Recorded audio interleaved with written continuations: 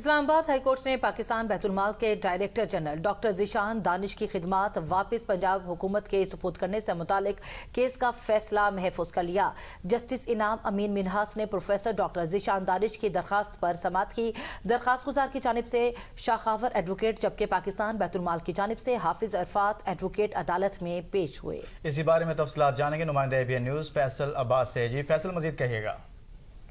بالکل جی، دیکھیں اسلام آباد ہائی کورٹ میں ڈیپوٹیشن پر تعینات DG پاکستان بیت المال ڈاکٹر ذیشان دانش کو واپس پنجاب بھیجنے کے فیصلے کے خلاف کیس کی سماعت آج جسٹس انعام امین منہاس کی عدالت میں ہوئی ہے، جس میں عدالت نے دلائل سننے کے بعد اس کیس کا جو فیصلہ ہے اس کو محفوظ کر لیا ہے۔ درخواست گزار کی جانب سے شاہ خاور ایڈوکیٹ جبکہ بیت المال کے وکیل حافظ عرفات عدالت کے اندر پیش ہوئے۔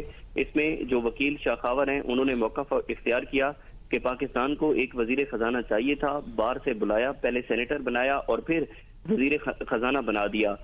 جسٹس انعام امین منہاس نے کہا کہ جو پارٹی بلاتی ہے اس کو خدمات واپس کرنے کا بھی اختیار ہوتا ہے۔ وکیل شاہ خاور نے کہا کہ درخواست گزار نے دوران ڈیوٹی بطور انکوائری افسر بڑے بڑے فراڈ سامنے لائے۔ جسٹس انعام امین منہاس نے کہا کہ کیا ڈیپوٹیشن کی مدت ان کی مکمل ہو چکی ہے؟